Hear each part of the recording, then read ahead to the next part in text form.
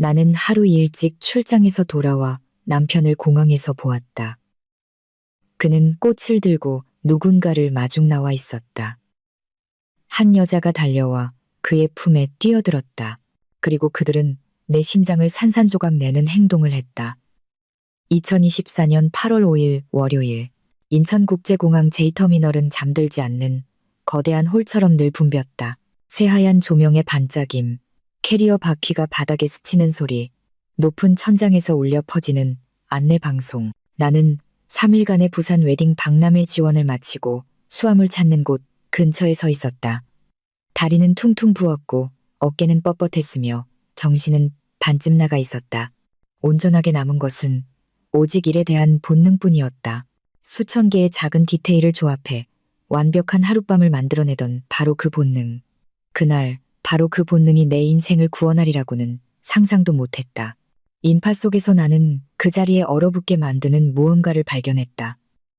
사람들의 머리 위로 천천히 흔들리는 스케치북 한 장, 또렷한 글씨.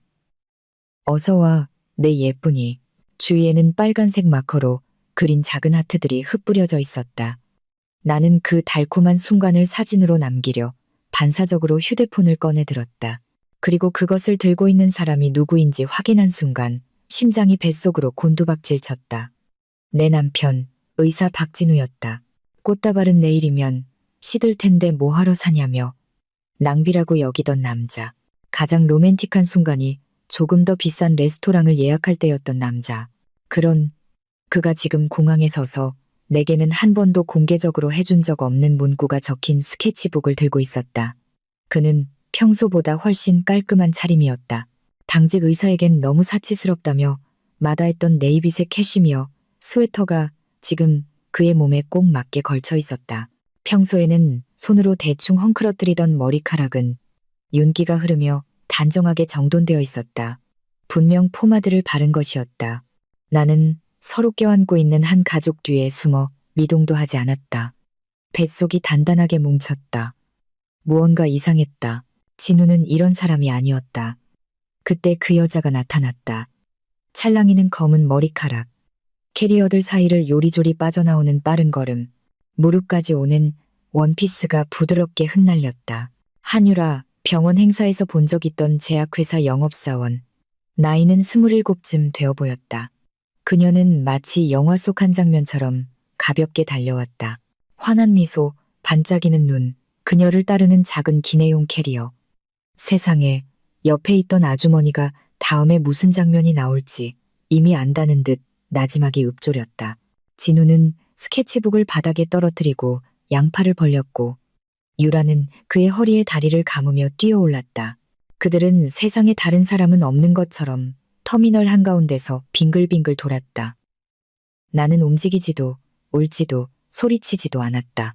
그저 빽빽하고 차가운 침묵이 내 안에서부터 나를 강타할 뿐이었다. 진우에게 안긴 유라의 등 뒤로 그 시계가 보였다. 유명 명품 브랜드의 시계. 내 40번째 생일에 내가 그에게 준 선물이었다. 몇 달 동안 나 자신의 욕심을 참아가며 마련한 것이었다. 유라의 손목에는 작은 파란색 쇼핑백이 걸려 있었다. 티파니 앤 코, 내 눈에는 칼날처럼 날카롭게 밝혔다. 그들은 오랫동안 입을 맞췄다. 부끄러운 듯 가벼운 입맞춤이 아니었다. 주위 사람들이 힐끔거리고 속삭이고 일부는 고개를 돌리는 공공장소에서의 진한 키스였다. 나는 숨을 들이마셨다. 손이 자동으로 움직였다. 휴대폰이 켜지고 카메라 앱이 열렸다. 나는 마치 문자를 읽는 것처럼 휴대폰을 가로로 들었다. 찰칵 찰칵. 인파 뒤에서 사진을 찍었다. 손님이 오기 전 행사장을 촬영할 때처럼 구도는 신중했다. 다른 각도에서 그들이 웃는 모습. 또 다른 각도에서 진우의 손이 유라의 등을 토닥이는 모습. 나는 동영상 모드로 전환했다. 그 순간들은 길고 선명하게 기록되었다. 나중에 발뺌할 여지는 없었다. 그들은 서로를 껴안은 채 걸었다. 내 옆을 스쳐 지나갈 때는 유라의 비싼 플로럴 향수 냄새가 코를 찔렀다.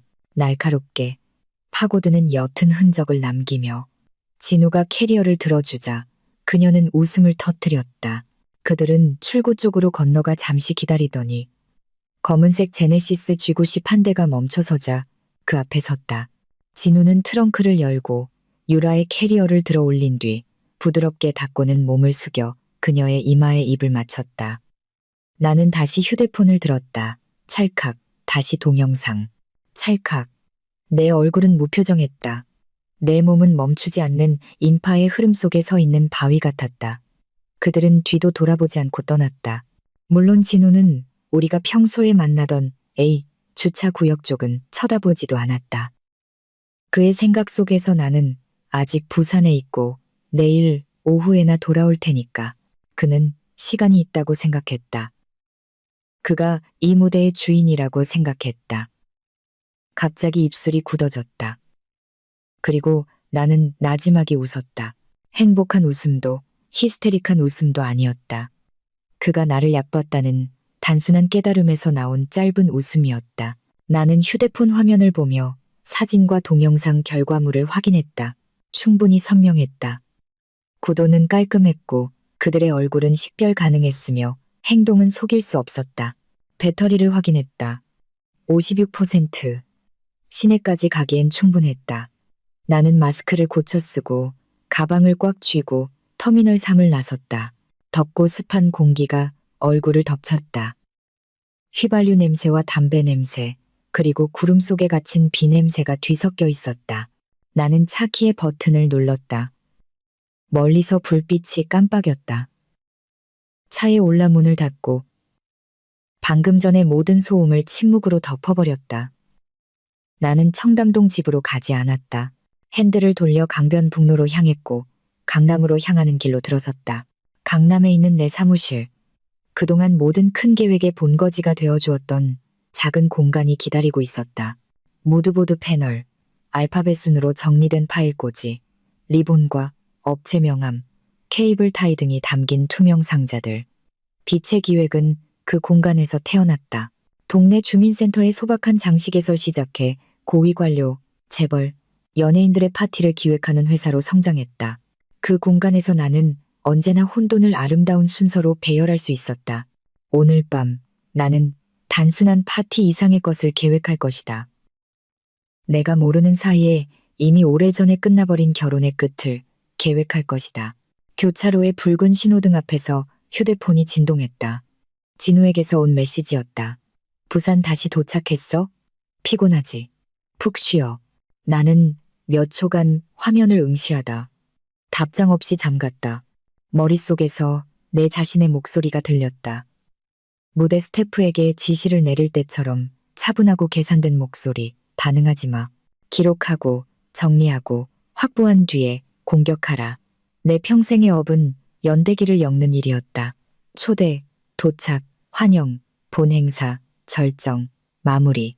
만약 그가 삼류 로맨스 소설의 주인공처럼 공항에서 쇼를 하기로 선택했다면 나는 그것을 그가 결코 잊지 못할 에필로그로 바꿔줄 것이다. 차가 건물의 지하 주차장으로 들어섰다. 형광등 불빛이 보닛에 반사되어 어둠을 갈랐다. 나는 주차를 하고 시동을 끄고 긴 숨을 내쉬었다. 출입 카드를 댈 때 손이 약간 떨렸다. 엘리베이터가 나를 사무실이 있는 층으로 올려보냈다. 통유리 벽 너머로 반짝이는 도시가 보였다. 안으로 들어서자 익숙한 종이와 오래된 커피 향이 나를 맞았다. 나는 불을 켜고 내 등을 기억하는 인체공학적 의자에 앉아 휴대폰을 내려놓고 벽시계를 쳐다봤다. 아직 밤이었다. 나 자신을 구할 시간은 아직 충분했다. 나는 노트북을 열었다. 파란 화면이 나타나고 비밀번호 입력창이 떴다. 손가락이 빠르게 움직였다. 새 폴더의 이름은 짧고 차갑고 명확하게 지었다. 8월. 나는 휴대폰을 연결해 모든 사진과 동영상을 옮기고 파일 이름을 날짜와 시간으로 변경했다. 그러고 나서 등을 기댄 채 하나씩 살펴보았다. 눈물은 흘리지 않았다. 묵직한 분노를 느꼈다. 하지만 그 분노보다 더 강한 것은 내게 증거가 있고 냉정한 머리가 있고 계획이 있다는 사실을 알았을 때 찾아온 평온함이었다. 나는 스탠드 조명을 켜고 머릿속의 모든 도표를 불러냈다. 누가, 언제, 어디서, 어떻게, 그리고 무엇을 위해? 그 모든 선의 끝에는 생강차처럼 내 가슴을 따뜻하게 데워주는 한 문장이 있었다. 이혼 파티. 나는 이서연, 정확성으로 먹고 사는 이벤트 기획자. 이 고통을 내가 직접 쓴 시나리오로 바꿀 것이다. 마지막 막이 내릴 때까지 장면 하나하나. 오늘 밤 무대는 아직 썰렁하지만 나는 이미 음악을 골랐고 조명을 결정했으며 무엇보다도 나는 이미 특별 게스트의 얼굴을 아주 선명하게 보았다. 엘리베이터가 나를 텅 빈 복도에 내려주었다. 출입카드가 조용히 삑 소리를 냈다. 사무실 유리문이 열리자 묵은 커피와 뒤섞인 종이 냄새가 오랜 친구처럼 나를 반겼다. 이곳이 나의 요새였다. 빛의 기획이 작은 무대 장식에서 시작해 유력 인사들이 칭찬하는 파티를 기획하는 회사로 성장한 강남의 소박한 공간. 나는 스탠드 조명을 켜고 의자를 조정하고 휴대폰을 내려놓은 뒤 노트북을 열었다. 커서가 명령을 기다리며 깜빡였다. 나는 일을 시작했다. 첫 번째 단계, 돈. 나는 공동명의 계좌에 인터넷 뱅킹을 열었다. 잔액 페이지가 연회장의 의자처럼 깔끔하게 정렬된 거래 내역과 함께 나타났다. 나는 천천히 스크롤을 내렸다. 며칠 간격으로 익명이라는 이름의 디지털 지갑으로 정기적으로 이체된 패턴이 있었다. 이니셜 뒤에는 숫자가 붙어 있었다. 금액은 소소해 보였다. 15만 원, 20만 원. 하지만 18개월 동안의 금액을 합산하자 그 숫자는 4배를 강타했다. 약이 500만 원. 나는 각 거래를 표시하고 엑셀시트로 복사해 나타나는 패턴에 다른 색을 칠했다. 이건 비서나 사무실 경비를 위한 송금이 아니었다. 누군가를 위해 깔끔하게 맞춰진 리듬이었다. 나는 신용카드 내역으로 넘어갔다. 월별 청구서는 인간의 입보다 더 정직한 삶의 기록이었다. 레스토랑 이름들이 줄줄이 나타났다. 청담동의 고급 레스토랑, 시그니엘 호텔의 레스토랑. 회의가 있다던 늦은 밤들은 사실 도시의 야경을 배경으로 한 둘만의 저녁 식사로 채워져 있었다. 2월, 정확히 14일에는 호화로운 저녁 식사 청구 내역이 있었다. 나는 그날 밤을 기억했다. 그는 임원회의가 너무 길었어. 여보라고 말하며 집밥 냄새는 전혀 풍기지 않은 채 늦게 귀가했다. 나는 화면으로 돌아가 메모를 추가했다. 거짓 발렌타인데이. 아픈 마음을 되새기기 위해서가 아니라 논리가 계속해서 주도권을 잡게 하기 위해서였다. 다음은 호텔들이 목록에서 춤을 췄다. 3월의 롯데호텔, 7월의 파크하얏트, 9월의 시그니엘 서울. 모두 이 도시 안에서였다. 출장도 아니었고 너무 늦어 집에 못 들어갈 이유도 없었다. 각 이름 아래에는 두둑한 금액이 적혀 있었다. 나는 또 메모를 추가하며 작은 연대기를 만들었다.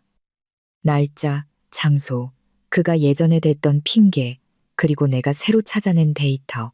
한 줄 한 줄이 내 가슴 속의 벽을 부수는 대신 더 단단하게 만들었다. 이상하게도 증거와 함께 평온함이 자라났다. 그리고 그 파란색 상자의 작은 물건이 청구 내역 화면에 나타났다. 티파니 앤코 480만 원. 2024년 7월 22일. 공동명의 신용카드. 나는 긴 숨을 내쉬었다. 작년 우리 결혼 기념일이었다.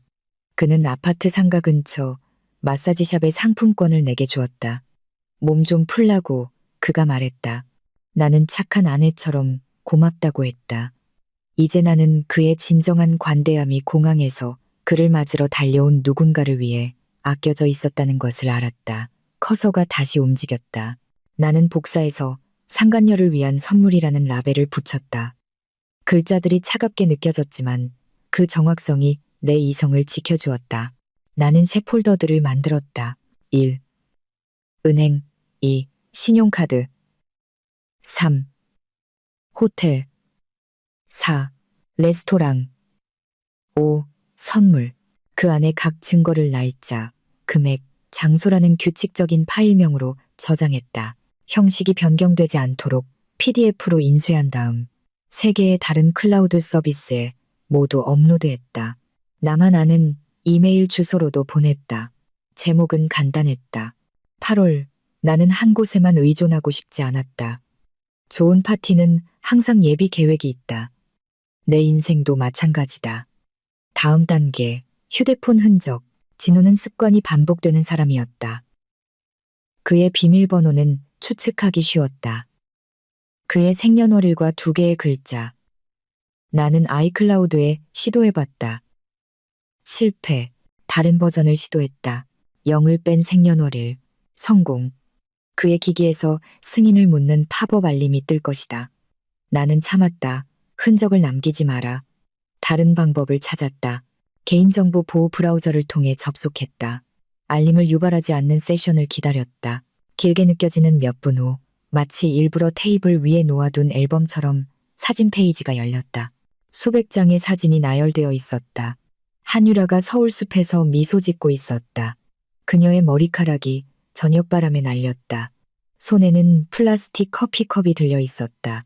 날짜는 진우가 강남에 급한 환자가 생겼다고 말한 밤과 일치했다. 그들은 벽화 앞에서 셀카를 찍었다. 나는 그 뒤에 네온 사인을 알아보았다. 예전에 내가 진우에게 가자고 했을 때 그가 너무 붐빈다고 불평했던 곳이었다. 짧은 사진 시리즈도 있었다. 경부고속도로 풍경, 부산의 비즈니스, 호텔 방.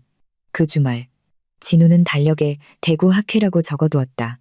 배가 잠시 조여왔다가 다시 풀렸다. 괜찮아. 모든 거짓말은 지도 위의 점이다. 내 임무는 그 점들을 연결해 누구도 부인할 수 없는 선을 만드는 것이다. 나는 메시지로 넘어갔다. 남편의 대학 동기이자 우리가 결혼할 때 신랑 들러리였던 김민중과의 대화가 있었다. 삼성동 아파트 계약 끝났어. 열쇠는 다음 주에 나온대. 진우가 썼다. 민준이 답했다. 잘 됐네. 연말 분위기 망치지 않게 그냥 새해 지나고 말해. 임마. 그러자 방 안의 공기를 갑자기 더 차갑게 만드는 답장이 왔다. 응, 나도 그렇게 생각해. 집안 분위기 안 좋아지면 불쌍하잖아. 불쌍하다고. 불쌍하다. 하지만 저녁 식사, 호텔 방, 그리고 비싼 선물에 들어간 돈은 몇 달 동안 계속 흘러나왔다. 나는 그 대화를 복사하고 내보내고 6. 메시지 폴더에 저장한 뒤 연대기에 추가했다. 사무실 화이트보드에 나는 직선을 긋고 중요한 날짜들을 표시했다. 7월 22일 티파니 보석, 2월 14일 저녁 식사, 3월, 7월, 9월 호텔, 강남과 서울숲의 사진들, 부산 주말여행, 그리고 오늘 밤 공항. 그 아래에 나는 그가 예전에 했던 변명들을 적는 칸과 지금 내가 가진 증거를 적는 칸을 만들었다. 그 선이 완성되었을 때 마치 행사 순서를 짜는 것 같았다. 누가 환영사를 하는가? 밴드는 언제 연주를 시작하는가? 언제 조명이 꺼지는가? 언제 불꽃놀이가 터지는가? 더 이상 우연의 여지는 없었다. 책상 위 휴대폰이 진동했다. 진우에게서 온 새 메시지였다. 호텔 도착했어. 밥 꼭 챙겨 먹어. 나는 고개를 돌렸다. 입술이 눈까지 닿지 않는 옅은 미소를 지었다. 답장하지 않았다. 몇 분 후 다른 메시지가 왔다. 왜 답장 안 해? 그리고 부재중 전화. 나는 무음 모드를 눌렀다. 오늘 밤 내가 듣고 싶은 목소리는 단 하나뿐이었다. 통제권을 쥔 내 자신의 맑은 목소리. 나는 화면으로 돌아가 보안 설정을 확인했다. 그의 계정에서 아무것도 바꾸지 않았다. 갑자기 당황하는 범인보다 더 의심스러운 것은 없다. 나는 조심스럽게 세션을 닫고 기록을 지우고 그의 기기로 알림이 가지 않도록 확인했다. 나는 내일 할 일 목록을 작성했다. 지난 5년간의 거래 기록을 재정리하고 봉인할 인쇄 사본을 만들고 놓쳤을지 모를 사진들을 다시 훑어보고 평판이 확실한 법무법인 목록을 만들기 시작했다. 시계바늘이 자정을 넘었다. 창밖의 도시는 파티의 불빛에서 드문드문한 가로등선으로 변해 있었다. 나는 하품을 했지만 머리는 여전히 맑았다. 화면에는 증거 폴더들이 연회를 위해 준비된 뷔페 테이블처럼 정렬되어 있었다. 나는 노트북을 덮고 잠시나 자신을 껴안은 뒤 일어섰다. 사무실 구석의 작은 거울에서 나는 부서지지 않고 단지 더 단호해진 얼굴을 보았다. 이것은 단순히 분노에 관한 것이 아니었다.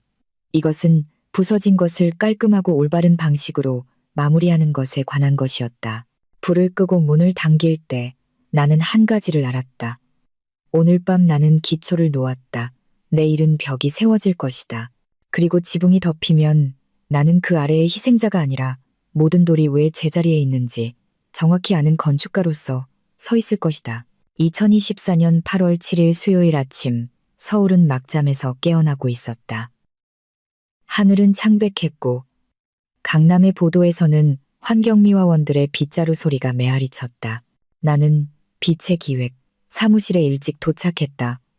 형광등이 켜지고 블랙커피 향이 공간을 채웠다. 어젯밤 사무실 소파에서 이 시간 잔 것으로 이 몸을 버티기엔 충분했다. 나는 노트북을 켜고 물 한 잔을 준비한 뒤 메모를 펼쳤다. 오늘은 전선을 구축하는 날이다. 첫 번째 단계, 올바른 변호사 찾기. 나는 어젯밤 화이트보드에 정리해둔 이름 목록을 바라봤다. 홍지원 변호사, 서울 사교계에서 단호함과 실력으로 유명했다. 김태우 변호사, 평화롭지만 강요받으면 강경하게 나가는 전략의 전문가. 박은경 변호사, 날카로운 평판을 가진 베테랑 변호사. 나는 길게 하소연하지 않고 핵심만 담은 짧은 이메일을 작성했다. 제목, 이혼 소송 문의. 상당한 규모의 공동재산, 불륜 및 재산 낭비에 대한 강력한 증거 있음. 빠른 시일 내에 상담 일정 요청. 5분 만에 3통의 이메일이 발송되었다. 나는 휴대폰을 보며 달력을 열고 시간을 비워두었다. 오전 10시 첫 번째 답장이 왔다. 홍지원 변호사의 비서가 금요일 오후 3시 30분에 삼성동 SQ타워 사무실에 취소된 자리가 있다고 알려왔다. 나는 빠르게 답장했다. 참석 확정합니다. 5분 후 김태우 변호사가 직접 답장을 보냈다. 따뜻하지만 효율적인 어조로 목요일 오전 슬롯을 제안했다. 그리고 박은경 변호사의 비서가 전화해 목요일 오후 일정을 제시했다. 20분 만에 일련의 회의가 행사 일정표처럼 짜였다. 목요일 전략 비교를 위한 2번의 세션. 금요일 전쟁을 지휘할 장군을 결정하기 위해 거물을 만난다. 휴대폰이 다시 진동했다. 박진우라는 이름이 떴다. 나는 화면을 응시하다가 벨 소리가 끝날 때까지 내버려 두었다. 메시지가 들어왔다. 좋은 아침. 아침 먹었어? 점심때 호텔로 뭐 좀 갖다 줄까? 나는 바쁜 아내의 리듬을 흉내내며 천천히 타자를 쳤. 미안. 어젯밤에 너무 피곤해서 잠들었어. 신경 쓰지 마. 나 행사장에서 먹을게. 이따 저녁에 서울로 돌아갈 거야. 그는 거의 즉시 답장했다. 조심해서 와. 저녁에 데리러 갈게. 나는 눈썹을 치켜 올렸다. 그는 내가 오늘 밤에야 돌아온다고 확신하고 있었다. 위장을 계속하게 두자. 위장은 최고의 보호막이다. 나는 다시 타자를 쳤다. 아니야. 괜찮아. 그냥 택시 탈게. 그 후 나는 2명의 고객과 내부 화상회의를 켰다. 9월 프로젝트, 공기업의 갈라 디너. 10월 프로젝트, 한 기업가 딸의 결혼식. 내 목소리는 담담했지만 명확했다. 컨셉, 공간 계획, 그리고 공급업체 납품 예상 시간을 설명했다. 전화기 너머에서는 만족스러워했다. 나는 회의를 마치고 숨을 내쉬었다. 이런 상황 속에서도 내 일은 계속되었다. 그것이 나를 구원했다. 내가 아는 리듬. 회의 후 나는 법률 조사를 시작했다. 나는 전문가가 아니지만 문서를 읽는 데는 익숙했다. 검색 엔진을 열었다. 키워드를 좁혔다. 가정법원 이혼 소송, 불륜 귀책 사유, 공동재산 분할, 재산 낭비. 나는 관련 판결 요약본들을 찾아냈다. 반복되는 패턴이 있었다. 한쪽이 혼외 관계를 위해 공동재산을 사용한 것이 증명되면 판사는 피해를 본 쪽에 더 큰 몫을 주거나 배상을 명령하는 경향이 있었다. 나는 핵심 문장들을 기록했다. 거래 증거, 관계 증거, 연대기. 나는 그 모든 것을 가지고 있었다. 나는 내일 회의에 가져갈 간단한 언어로 된 2페이지짜리 요약본, 명확한 요점들을 정리했다. 그 후 서류로 돌아왔다. 어젯밤 폴더들은 이미 만들어졌지만 나는 그것들을 위원회 파일처럼 정리하고 싶었다. 읽기 쉽고 나누기 쉽게 나는 목차를 만들었다. A. 사건 개요. B. 연대기. C. 재정 증거. 은행. D. 재정 증거. 신용카드. E. 레스토랑. 호텔. F. 선물. G. 사진. H. 대화. 총 47페이지에 가까웠. 나는 글꼴을 정돈하고 페이지 번호를 매기고 각 섹션 시작 부분에 간단한 설명을 삽입했다. 이것은 단순한 서류 뭉치가 아니었. 더 이상 반박할 수 없는 이야기였다. 인쇄하기 전에 나는 3개의 다른 클라우드 서비스에 3개의 디지털 사본을 만들었다. 보안에 신중을 기했다. 고유한 비밀번호, 2단계 인증, 그리고 나만 이해할 수 있는 복구 질문. 나는 또한 내 이름이 전혀 없는 이메일 주소로 사본 하나를 보냈다. 빛의 기획을 처음 시작할 때 사용했던 오래된 주소였다. 한 문이 닫히면 다른 문이 열릴 준비가 되어 있어야 한다. 행사 전날 갑자기 한 공급업체가 취소했을 때 내가 항상 사용하던 방식이었다. 당황하지 말고 전환하고 플랜 B를 가동하라. 점심 무렵 나는 건물 로비에 있는 단골 인쇄소로 걸어갔다. 서연 씨, 평소처럼요? 직원이 물었다. 평소처럼요. 근데 이건 재본해 주시고 남는 종이가 없도록 해주세요. 내가 말했다. 그는 고개를 끄덕였다. 나는 기다리면서 팀과의 대화를 확인했다. 일상 업무는 문제없었다.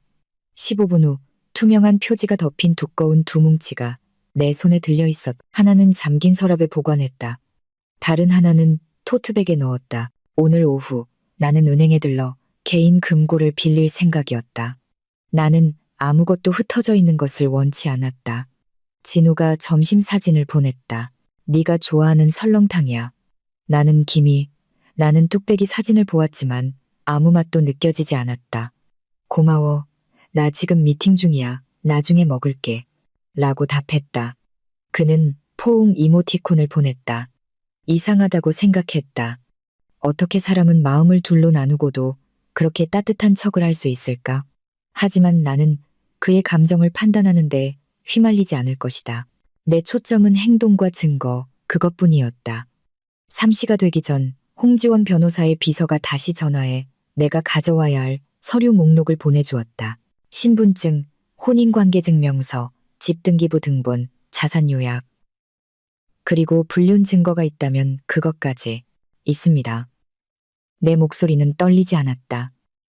전화를 끊은 후 나는 결혼 서류를 보관해둔 서랍을 열었다. 그 서류철을 마치 과거의 앨범을 열듯 열었다. 우리 둘의 사진이 있었다. 환한 미소, 길었던 희망. 나는 아무것도 찢지 않았다. 나는 그저 다시 덮고 가방에 넣으며 모든 추억을 버릴 필요는 없다는 것을 깨달았다. 일부는 내가 노력했다는 증거로 남겨두면 충분했다. 저녁 무렵 나는 은행으로 갔다. 나는 오랜 고객이었기 때문에 개인 금고 대여 절차는 간단했다. 직원이 규칙을 설명했다. 나는 고개를 끄덕이고 서류에 서명한 뒤 증거 뭉치 하나를 그 철제 상자 안에 넣었다. 문이 닫히고 열쇠가 돌아가는 소리가 났다. 그리고 공항 이후 처음으로 가슴이 부풀어 오르는 것을 느꼈다. 무슨 일이 생기더라도 사본 하나는 안전하고 차갑고 깔끔하게 손대지 않은 채로 있을 것이다. 사무실로 돌아와 나는 내일을 위한 가방을 정리했다. 김태우, 박은경 변호사를 위한 질문 목록, 2페이지짜리 사건 요약, 그리고 휴대하기 편한 얇은 버전의 증거 뭉치. 나는 합리적인 목표를 적었다. 법적 경로를 이해하고 각 변호사의 스타일을 가늠한 뒤 금요일에 홍지원 변호사와 최종 전략을 결정한다. 벽에는 메모를 붙였다. 위장 유지, 평소처럼 일하기, 서두르지 않기. 밤이 내리고 도시의 불빛이 다시 그려진 별처럼 켜졌다. 진우가 다시 전화했다. 오늘 밤에 정말 오는 거야? 나는 타자를 쳤다. 응, 이제 막 끝났어. 몸이 쑤시네. 택시 탈게. 당신은 쉬어. 그가 답장했다. 알았어. 조심해. 내일 저녁에 맛있는 거 먹자. 나는 마지막 3단어를 오랫동안 응시했다. 맛있는 거 먹자. 평범하게 들렸다. 하지만 지금은 파티가 시작되자마자 갑자기 무너진 텐트처럼 느껴졌다. 나는 그저 봐서 간다라고 답했다. 나는 사무실 불을 껐다. 거울 속 내 얼굴은 내가 알던 얼굴 그대로였다. 완벽하진 않지만 강인한 얼굴. 오늘 전선은 형성되었다. 약속은 잡혔다. 서류는 준비되었다. 방향은 명확했다. 내일 나는 내 미래에 대해 협상을 시작할 것이다. 눈물이 아니라 데이터와 평온함으로. 나는 문을 닫고 따뜻한 밤 공기를 들이마신 뒤 점점 더 단단해지는 것 같은 걸음으로 엘리베이터로 향했다. 2024년 8월 8일 목요일. 그날 아침 서울은 가시슨 투명한 유리잔처럼 느껴졌다. 차갑고 깨끗하고 채워질 준비가 되어 있었다. 나는 일찍 출발해 노랗게 이어진 차량의 흐름을 뚫었다. 첫 약속은 오전 9시 김태우 변호사와의 만남이었다. 그의 사무실은 통유리로 된 오피스 빌딩 한 층 전체를 사용하고 있었다. 접수원은 나를 응접실에서 기다리게 했다. 카펫은 두툼했고 커피는 소박한 흰색 찻잔에 담겨 나왔다. 나는 어젯밤 정리한 요약본과 증거가 담긴 두툼한 서류철을 들고 꼿꼿이 앉았다. 이서연 씨, 50대 초반의 얇은 안경을 쓴 남자가 상냥하게 미소 지었다. 김태우입니다. 우리는 따뜻하지만 효율적으로 악수했다. 그의 사무실에서 그는 나에게 앉으라고 권하고는 달콤한 서두 없이 바로 본론으로 들어갔다. 가장 우선적으로 이루고 싶은 목표가 무엇입니까? 그가 물었다. 깨끗한 승리입니다. 내가 답했다. 공정한 공동재산 분할, 불륜에 사용된 자금에 대한 배상, 그리고 제 일에 방해가 되지 않는 과정. 저희는 아이가 없습니다. 그는 고개를 끄덕이며 서류철을 열어봐도 될지 물었다. 그의 손가락이 빠르게 페이지를 넘겼다. 은행거래 내역서, 신용카드 청구서, 레스토랑, 호텔 목록, 사진, 대화, 보석 영수증을 보고는 그의 눈썹이 올라갔다. 깔끔한 증거군요. 그가 말했다. 이런 구조라면 5분 안에 이야기를 파악할 수 있겠습니다. 저는 이벤트 기획자입니다. 내가 말했다. 내 습관적인 순서 배열을 굳이 설명할 필요가 있었는지 모르겠다. 김 변호사는 몸을 앞으로 기울였다. 이렇습니다. 한국에서는 이혼 소송을 가정법원에 제기합니다. 불륜을 사유로 주장할 수 있습니다. 혼인 기간 동안 모은 공동재산이라는 개념이 있습니다. 혼의 관계를 위해 재산을 탕진한 경우 이는 분할 시고려 대상이 될 수 있습니다. 자녀가 없으니 양육권 문제는 없습니다. 재산과 경우에 따라 위자료에 집중하게 됩니다. 나는 고개를 끄덕였다. 저는 경제적으로 자립했지만 남편의 수입이 더 높습니다. 그 점도 고려 대상이 될 수 있습니다. 그가 말했다. 하지만 이렇게 명백한 탕진 증거가 있다면 서연 씨가 더 큰 몫을 요구할 강력한 입지에 있습니다. 저는 일단 협상 경로를 먼저 제안하는 편입니다. 준비가 되면 소송을 제기하고 처음부터 명확한 신호를 보내는 거죠. 서연 씨가 60%의 분할과 그 관계에 사용된 모든 자금의 배상을 요구하는 겁니다. 만약 상대방이 고집을 부린다면 우리에게는 자산보호 조치라는 옵션이 있습니다. 어떤 조치입니까? 임시 처분 신청입니다. 그가 종이에 적었다. 재판이 끝날 때까지 공동재산의 처분을 막는 조치가 포함될 수 있습니다. 특정 자산에 대한 가압류를 신청하는 옵션도 있고요. 하지만 이 모든 것은 남편분의 가족 및 직장 내 역학관계에 미칠 영향을 계산해야 합니다. 때로는 평판에 대한 위협이 절차적인 칼보다 더 효과적일 수 있습니다. 나는 다음 달에 기획할 갈라 디너의 밤을 떠올렸다. 저는 정확한 타이밍을 원합니다. 내가 말했다. 내일 홍지원 변호사님을 만나 최종 전략을 결정할 예정입니다. 김 변호사는 다시 고개를 끄덕였다. 좋습니다. 제 입장에서 볼 때 서연 씨는 이미 매우 준비가 잘 되어 있습니다. 만약 좀 더 온화한 길을 선택하신다면 제가 도와드릴 수 있습니다. 하지만 더 강력한 타격을 원하신다면 홍지원 변호사님이 그 접근법을 대표하는 것으로 유명하죠. 내면의 필요와 실질적인 계산에 따라 선택하십시오. 세션은 질의응답으로 이어졌다. 어떤 서류를 추가해야 하는가? 집 등기부 등본, 차량 등록증, 투자 목록 사본. 커뮤니케이션 전략은 위장을 유지하고 흔적을 지우지 말 것. 그리고 진우가 갑자기 의심할 경우의 대처 계획은 짧고 자극에 넘어가지 않는 답변. 일시간이 눈 깜짝할 사이에 지나갔다. 작별 인사를 할 때 김 변호사는 내 서류철을 가볍게 두드렸다. 이 깔끔함만으로도 이미 절반은 이긴 겁니다. 강남에서 나는 서초동으로 향했다. 박은경 변호사의 사무실은 개조된 오래된 주택에 있었다. 마당은 푸르렀고 내부는 고요했다. 박은경입니다. 짧은 머리의 자그마한 여성이 날카로운 눈으로 나를 쳐다보더니 앉으라고 손짓했다. 서두 없이 그녀는 서류철을 열었다. 그녀의 눈은 춤추듯 페이지 사이를 오갔다. 이기고 빨리 책을 덮는 게 목적이라면 가능합니다. 그녀가 마침내 말했다. 증거는 깨끗해요. 하지만 그가 제대로 배우길 원한다면 그가 빠져나갈 수 없게 만드는 방법이 있습니다. 저는 단순히 상처 주는 것보다는 이기는 것을 더 원합니다. 내가 말했다. 하지만 상처 주는 것이 승리의 일부라면 그 가능성을 닫지는 않겠습니다. 박 변호사는 옅게 미소 지었다. 프로젝트 매니저처럼 말하는군요. 좋습니다. 옵션은 이렇습니다. 첫째, 빠른 해결을 추구합니다. 소송 제기, 협상 압박, 그리고 마무리. 둘째, 모든 압박 수단을 준비합니다. 특정 거래에 대해 공동 계좌를 동결시키는 가처분을 신청하고 빼돌릴 위험이 있는 자산에 대해 가압류를 신청합니다. 자금 흐름을 추적하기 위해 회계 감사를 지정할 수도 있고요. 상대방이 압박을 느끼기 시작하면 보통은 굴복합니다. 위험 부담은요? 에너지와 시간이죠. 그녀가 단호하게 답했다. 그리고 우리가 재판을 구경거리로 만들고 싶지는 않지만 압박 수단을 더 많이 사용할수록 상대방이 전쟁을 시작할 가능성이 커집니다. 정신적으로 준비되어 있어야 해요. 제 질문은 어디까지 갈 각오가 되어 있습니까? 나는 숨을 골랐다. 타이밍 계획이 있습니다. 소송은 중요한 행사 하나가 끝난 후에 제기될 겁니다. 시끄럽지 않게 계속 일하고 싶습니다. 그가 자산을 빼돌릴 기회도 최소화하고 싶고요.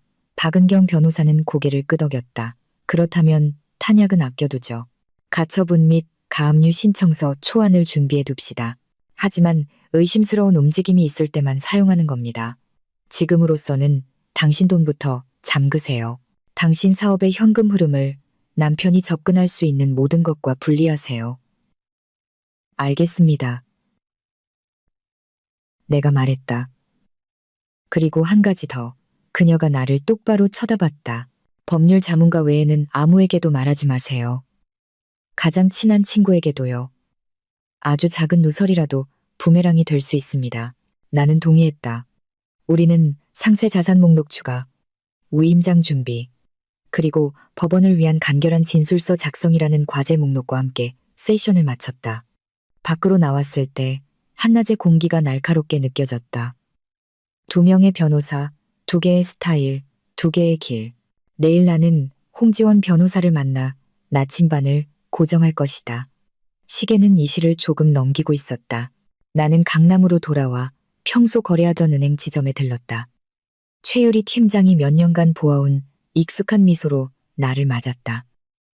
서연 고객님, 무엇을 도와드릴까요? 제 이름과 남편 이름으로 된 모든 계좌를 검토하고 싶습니다. 내가 나지막이 말했다. 그리고 제 회사 이름으로 저만 관리할 수 있는 새로운 사업자 계좌를 하나 열고 싶어요. 우리는 작은 상담실에 앉았다. 유리 씨는 요약본을 인쇄해 주었다. 공동예금 계좌, 정기예금, 그리고 예전에 빛의 기획 초기에 사용하시다가 운영 계좌로 합치기 전에 오래된 회사 계좌가 하나 있네요. 그녀는 한도, 기능, 그리고 카드 접근, 이체 승인, 알림 기능과 같은 취약점을 설명했다. 공동 계좌에서 큰 금액을 인출할 때 양쪽의 동의가 필요한 방법이 있나요? 내가 물었다. 표준 상품에는 없습니다. 고객님. 그녀가 솔직하게 답했다. 처음에 특별한 약정을 하거나 2개의 서명이 필요한 계좌를 사용하지 않는 한은요. 하지만 고객님 사업의 현금 흐름을 보호하기 위해 회사 명의로 새로운 사업자 계좌를 열고 사용자 아이디와 OTP를 고객님 명의로만 발급할 수 있습니다. 나는 고개를 끄덕였다. 그렇게 하죠. 회사 이름은 빛의 기획입니다. 서류가 완비되어 있어 절차는 빠르게 진행되었다. 유리 씨는 서류를 준비했고 나는 신청서에 서명하며 알림이 내 휴대폰으로 바로 오도록 설정했다. 이건 임시 접근 권한입니다. 카드와 OTP는 사무실 주소로 발송될 겁니다. 그녀가 말했다. 초기 잔액은 다음 주에 입금될 프로젝트 대금으로 할게요. 내가 답했다. 오늘은 아무것도 옮기지 않을 겁니다. 그녀는 마치 설명할 필요 없는 무언가를 이해한 듯 잠시 나를 쳐다보았다. 고객님의 재정적 안전은 고객님의 권리입니다. 그녀가 말했다. 어떤 설명이든 필요하시면 저에게 바로 연락 주세요. 나는 고마움을 표했다. 은행을 나설 때 해가 건물 뒤로 천천히 기울고 있었다. 휴대폰이 진동했다. 진우에게서 온 메시지였다. 오늘 저녁에 소고기 묵국 갖다 줄까? 나는 화면을 보며 씁쓸하게 웃었다. 아니, 괜찮아. 내가 답했다. 아직 배불러. 내일 보자. 차 안에서 나는 몸이 피곤했지만 정신은 맑았다. 아침부터 오후까지 나는 세 겹의 보호막을 쳤다. 단호한 평화 전략, 필요할 경우에 공격적 옵션, 그리고 나 자신을 위한 재정적 방어벽. 오늘 밤 나는 서류를 닫고 내일 홍지원 변호사에게 할 마지막 질문들을 준비한 뒤 충분히 잠을 잘 것이다. 백미러 속에서 내 눈이 나를 마주 보았다. 더 이상 이유를 찾지 않았다.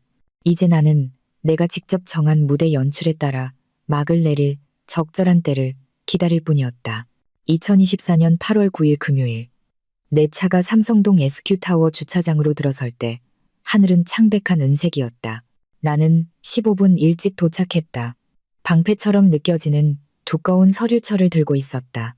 엘리베이터는 부드럽게 미끄러져 조용한 고층에서 멈췄다. 접수원이 상냥하게 나를 맞이한 뒤 기다리라고 했다. 손은 차가웠지만 머리는 맑았다. 이것은 평범한 만남이 아니었다. 인생의 방향을 결정하는 회의였다. 이서연 씨. 맑은 목소리가 들렸다. 단정하게 짧은 머리에 회색 정장을 입은 여성이 문가에 서 있었다. 그녀의 시선은 날카로웠지만 판단하지 않고 나를 가늠했다. 홍지원입니다. 우리는 악수했다. 그녀의 악력은 단호했다. 과하지 않았다. 그녀의 사무실은 넓고 단순했다. 그녀는 나에게 앉으라고 권한 뒤 코끝에 안경을 걸쳤다. 전략에 들어가기 전에 전체적인 개요를 빠르게 이해하고 싶습니다. 그녀가 말했다. 나는 서류철 맨 위에 있던 2페이지짜리 요약본을 건넸다. 그녀는 그것을 순식간에 읽고 다른 서류들을 펼치기 시작했다. 은행거래 내역서, 신용카드 청구서, 호텔과 레스토랑 목록, 보석 영수증, 사진, 대화. 가장 노골적인 증거에 이르렀을 때 그녀의 눈썹이 한 번 올라갔다. 그녀는 서류철을 덮고 나를 똑바로 쳐다봤다. 첫째, 그녀가 말했다. 아주 깔끔하게 일 처리를 하셨군요. 많은 의뢰인들이 형태없는 분노를 가지고 옵니다. 당신은 분노를 증거로 꿰매어 왔어요. 그게 많은 것을 단축시켜줍니다. 나는 고개를 끄덕였다. 저는 깨끗하게 이기고 싶습니다. 소리치거나 드라마를 만들고 싶지 않지만 빈틈도 주고 싶지 않습니다. 홍 변호사는 등을 기댔다. 좋습니다. 우리에게는 3가지 옵션이 있습니다. 그녀는 손가락 하나를 들었다. 첫째, 빠른 길. 당신이 준비되는 즉시 소송을 제기합니다. 그리고 처음부터 협상을 압박하는 겁니다. 당신의 목표인 60대 40분할과 그 관계에 사용된 모든 자금의 배상은 이렇게 명백한 증거가 있다면 현실적입니다. 장점은 효율적이고 소란을 최소화한다는 점입니다.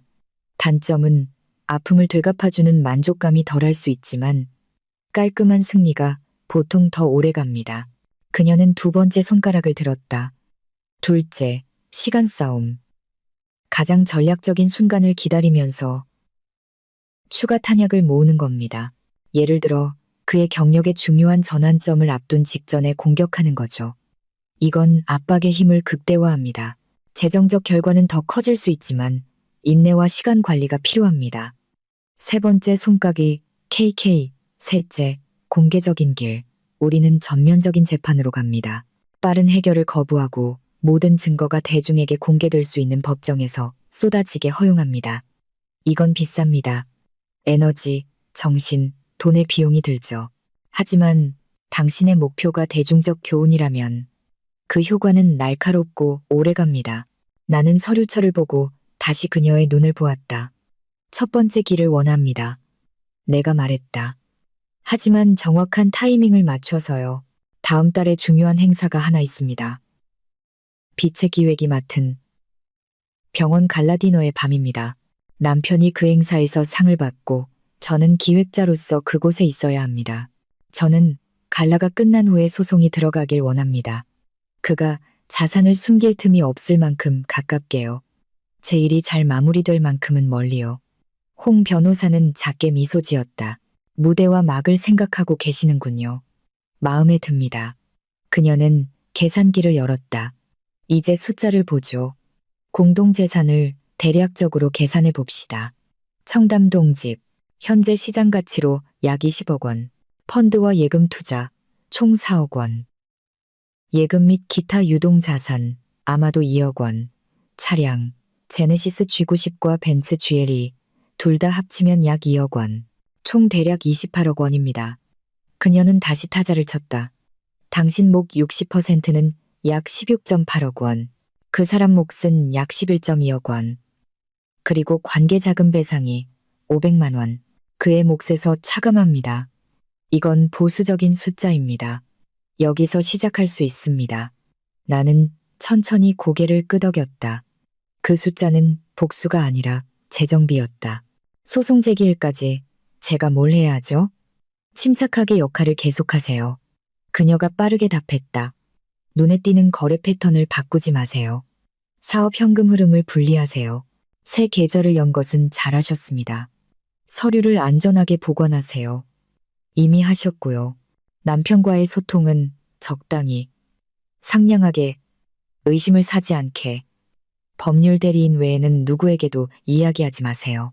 그리고 한 가지 더, 모범적인 아내 역할을 4주 동안 할 정신적 준비를 하세요.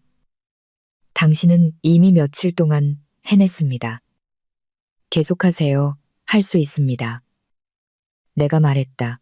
뱃속이 잠시 긴장했지만 나는 수년간 고객들 앞에서 연기해왔다. 이건 그저 또 다른 무대일 뿐이었다. 홍 변호사는 몸을 앞으로 숙였다. 갈라가 끝나면 우리는 서울 가정법원에 소장을 제출할 겁니다. 같은 날 우리는 사본과 초기 합의서, 초안을 보낼 겁니다. 상대방은 증거를 보고 평판의 위험을 평가한 뒤 보통은 앉아서 협상하기를 선택할 겁니다. 만약 그들이 이상하게 움직이면 팔거나 옮기거나 숨기면 우리는 가처분 및 가압류 신청을 넣을 겁니다. 모든 초안은 월요일부터 준비하겠습니다. 나는 모든 문장을 행사 일정표를 기록하듯 흡수했다. 위임장 서명은 언제 합니까? 오늘 하죠. 그녀가 다른 서류철을 꺼내며 말했다. 정보를 기입하고 서명하세요. 혼인관계증명서, 집등기부, 차량 등록증, 그리고 당신이 만든 자산요약본, 사본도 필요합니다. 나는 종이 위에 펜을 내렸다. 내 서명은 무대에 막을 걸기 위해 벽에 박는 첫 번째 모처럼 느껴졌다. 모든 것이 끝난 후 홍 변호사는 서류를 정리했다. 마지막 질문 하나, 그녀가 말했다. 당신은 그가 단순히 지기를 원합니까? 아니면 평생 기억하기를 원합니까? 나는 창밖을 보며 붐비는 도로를 보았다. 저는 이기고 싶습니다. 내가 답했다.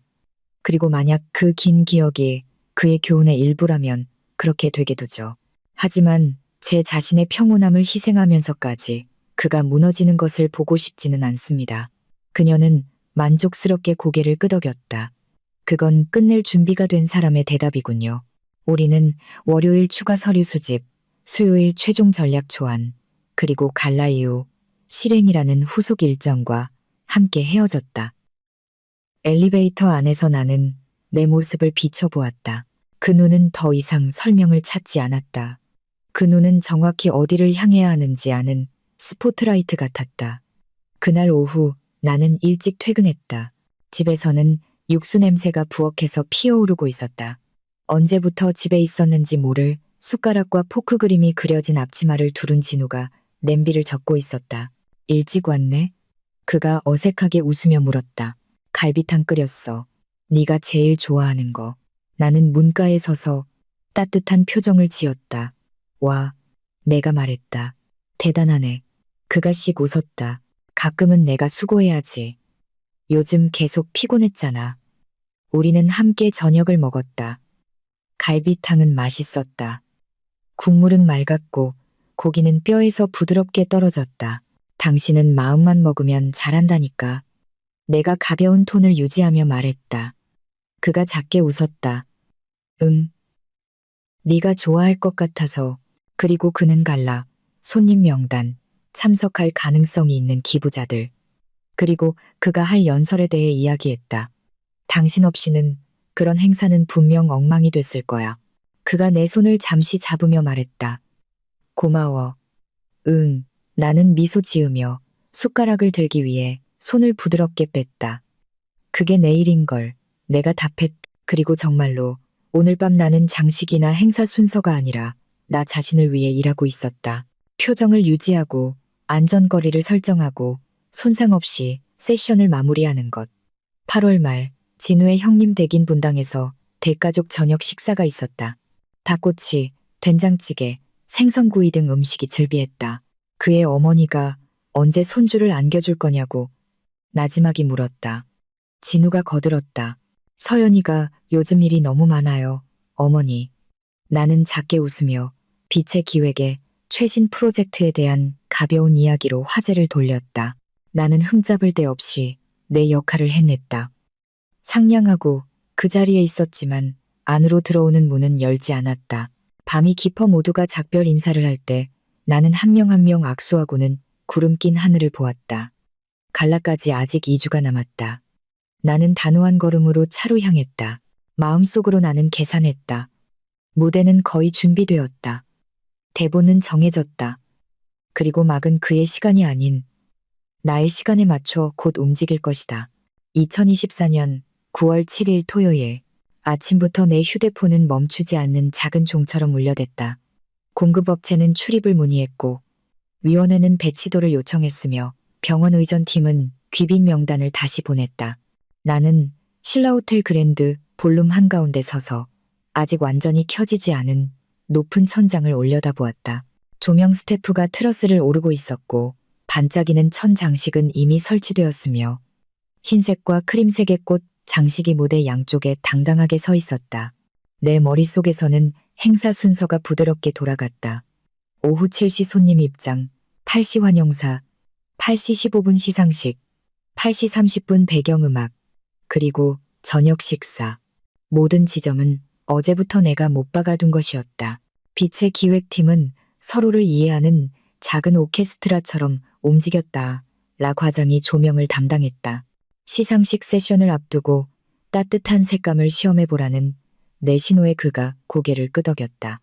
김대리는 원형 테이블에 이름 배치를 재확인했다. 주요 기부자들은 무대 앞에, 이 사진은 흩어져. 기자들은 기록 장비 근처 오른쪽 측면에, 나는 살짝 비뚤어진 의자를 바로잡았다. 작은 것들이 항상 완벽함 또는 재앙의 시작이 된다. 그리고 나는 무대 중앙에 있는 투명 아크릴 연단을 보았다. 나는 올라가서 안정적인지 확인하기 위해 표면을 가볍게 두드렸다. 테스트.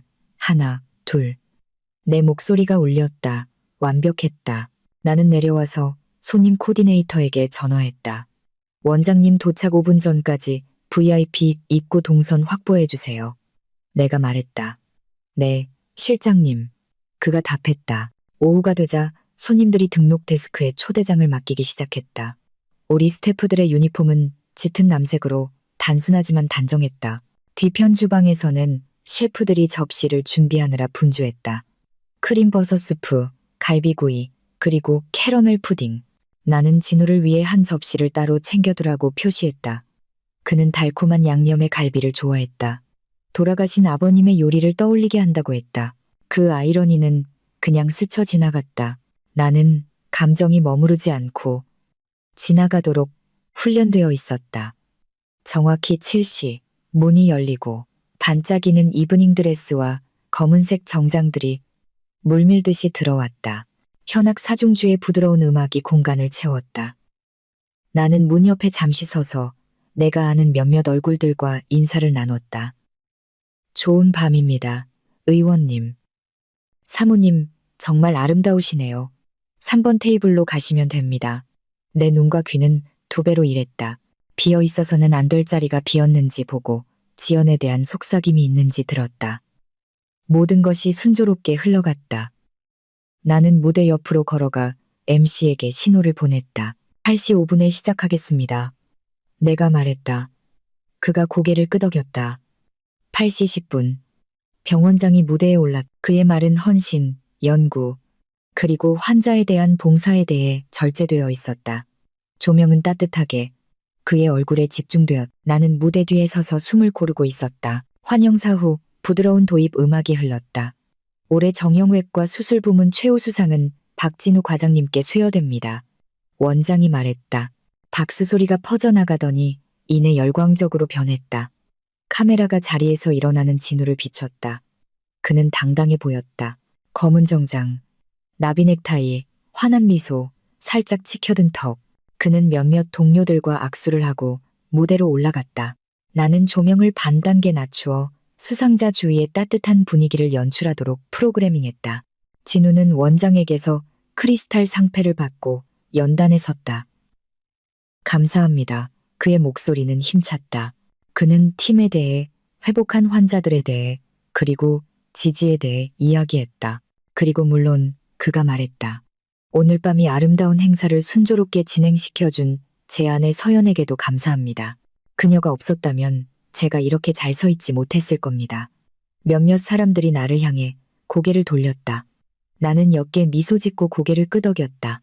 마음속에서는 어딘가 간지러운 듯한 기분이 들었다. 멀리서 보면 인생이 얼마나 깔끔해 보이는가. 무대가 얼마나 어지러운 분장실을 잘 숨겨주는가. 저녁 식사 시간이 시작되었다. 나는 테이블을 돌며 특별한 요구사항이 있는지 물었다. 한 기부자가 따뜻한 차를 요청했다. 나는 웨이터에게 고개를 끄덕였다. 한 아주머니가 의자가 너무 통로에 가깝다고 불평했다. 나는 조금 옮겨주었다. 음악은 더 경쾌하게 흘렀다. 그리고 늘 이맘때쯤이면 내 어깨의 짐이 절반으로 줄어들었다. 행사의 절정은 지났다. 모든 것은 정해진 길을 따라 흘러가기만 하면 되었다.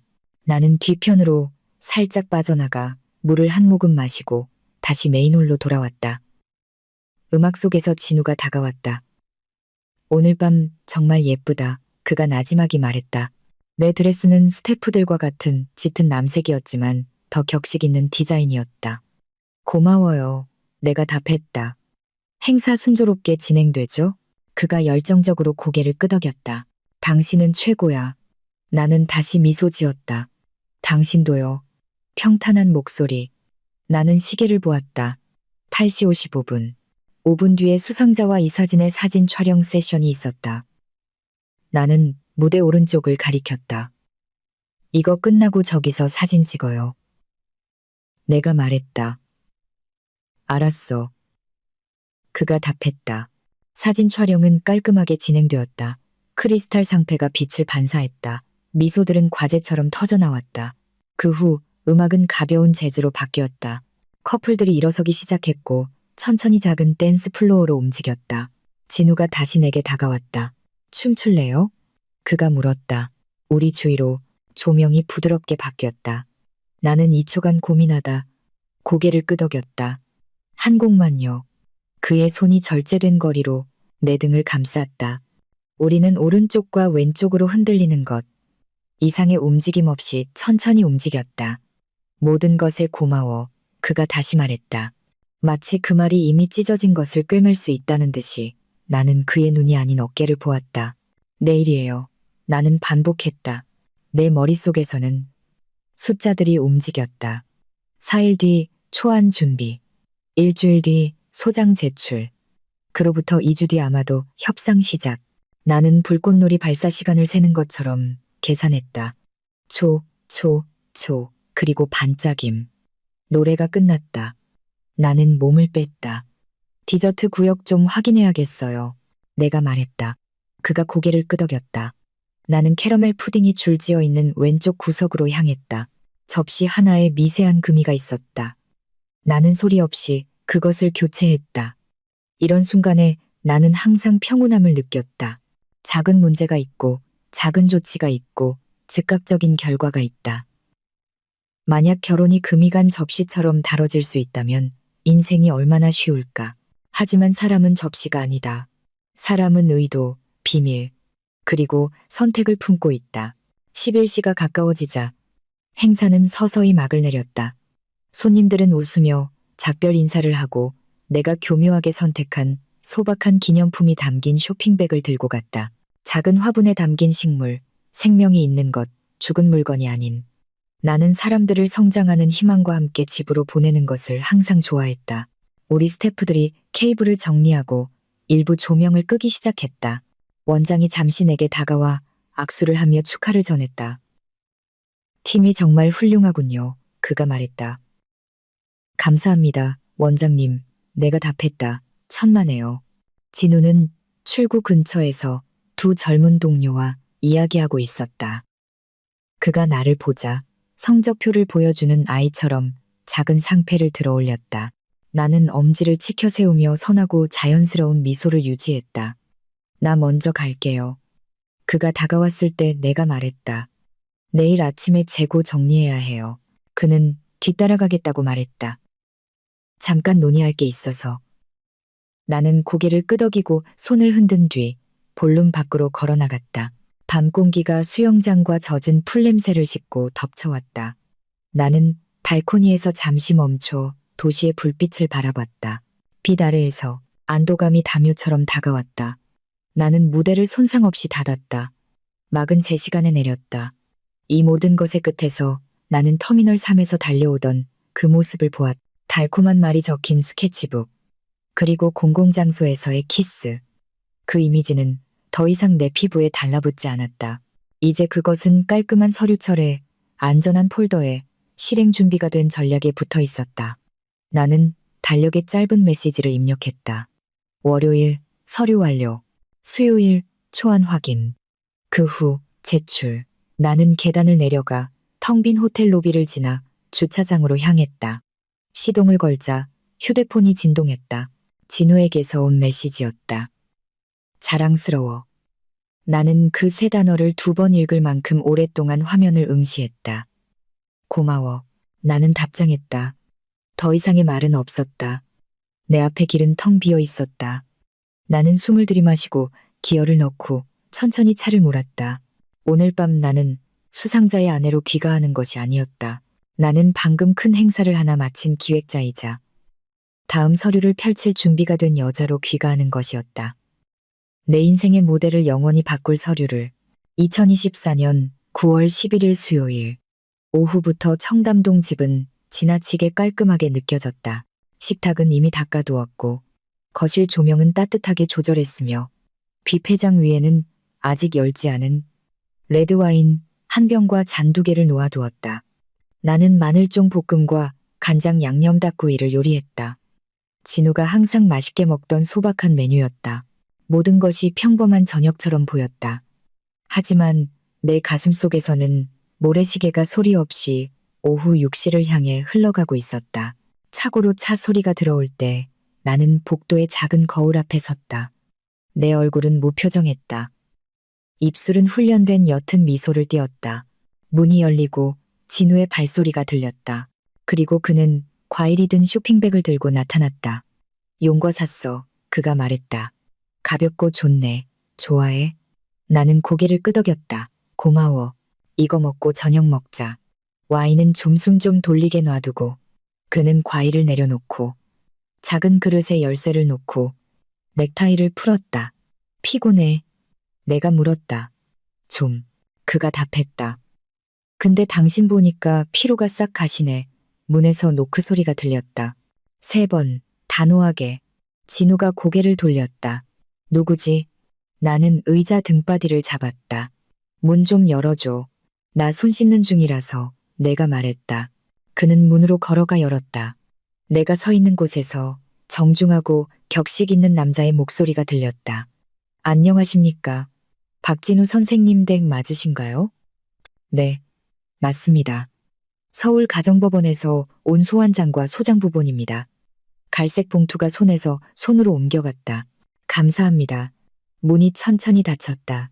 진우는 마치 폭발할 수 있는 물건을 쥔 것처럼 봉투를 손에 들고 복도 끝에 서 있었다. 이게 뭐야? 그의 목소리가 갈라졌다. 열어봐. 내가 답했다. 그는 봉투 끝을 찢고 깔끔하게 재본된 서류를 꺼냈다. 그의 눈이 빠르게 움직이다가 느려졌다. 그의 얼굴에서 핏기가 가셨다. 그는 침을 삼켰다. 서연아. 그의 혀는 내가 더 이상 쓰지 않는 옛 이름을 부르며 더듬거렸다. 이거, 당신이, 내가 했어. 내가 차분하게 말을 끊었다. 당신이 몰래 시작한 일을 마무리하자는 공식적인 초대장이야. 그는 다시 아래를 내려다보며 소장 첫 페이지, 소송 사유, 공동재산 분할 청구, 혼의 관계를 위한 재산 탕진, 증거 목록을 읽었다. 그의 손이 떨렸다. 설명할 수 있어. 그가 나지막이 말했다. 물론 설명할 수 있겠지. 내가 말했다. 당신은 항상 설명할 수 있었으니까. 내가 좀 더 빠르게 해줄게. 나는 한 걸음 앞으로 나아갔다. 8월 5일 화요일 인천공항 제2터미널. 어서와 내 예쁜이 스케치북. 꽃다발 공공장소에서의 키스. 그 후 18개월 동안 디지털 지갑으로의 전기이체 총약이 500만 원. 당신이 회의라고 말했던 밤의 비싼 저녁 식사들. 롯데호텔, 파크하얏트, 시그니엘. 7월 22일자 480만 원짜리. 티파니 앤코 보석 영수증. 서울숲과 강남에서의 사진들. 당신이 대구 학회라고 말했을 때의 부산 주말여행. 삼성동 아파트 열쇠와 연말 분위기를 망치지 않기 위해 새해 이후에 말하자는 계획에 대한 민준 씨와의 대화. 이 목록에서 틀린 게 있어. 그는 잠시 눈을 감았다가 눈물이 고였지만 흐르지는 않는 눈으로 다시 떴다. 당신을 상처 주려던 건 아니었어. 그가 말했다. 나도 혼란스러웠어. 연말 지나고 우리 좋게 이야기할 수 있을 거라고 생각했어. 좋게 이야기하는 동안 당신은 계속해서 우리 공동의 돈을 당신 관계를 위해 쓰고 있었다는 거지. 내가 담담하게 물었다. 내가 갈라를 준비하고 일정을 짜고 당신이 늦게 돌아오면 저녁을 차리는 동안 말이야. 당신은 이걸 혼란이라고 부르지만 나는 이걸 선택이라고 불러. 나는 그의 손에 들린 서류를 가리켰다. 거기에 내가 원하는 게 명확하게 적혀 있어. 공동재산 60은 나에게, 40은 당신에게. 당신이 그 관계를 위해 쓴 모든 자금이 500만 원은 당신 몫에서 전액 배상. 빨리 끝내자. 만약 당신이 저항하면 우리는 공개적으로 갈 거야. 이 모든 깔끔한 증거들이 재판에서 나올 거고 사무실, 동료들, 그리고 당신 이름이 당신이 편하게 들을 수 있는 것보다 더 많은 것을 듣게 될 거야. 진우는 마치 학창시절에 배웠던 것을 이제야 기억해낸 사람 같은 얼굴로 나를 쳐다봤다. 60대 40은 불공평해. 그가 나지막이 말했다. 우리 불공평하다고? 나는 짧고 소리 없는 웃음을 터뜨렸다.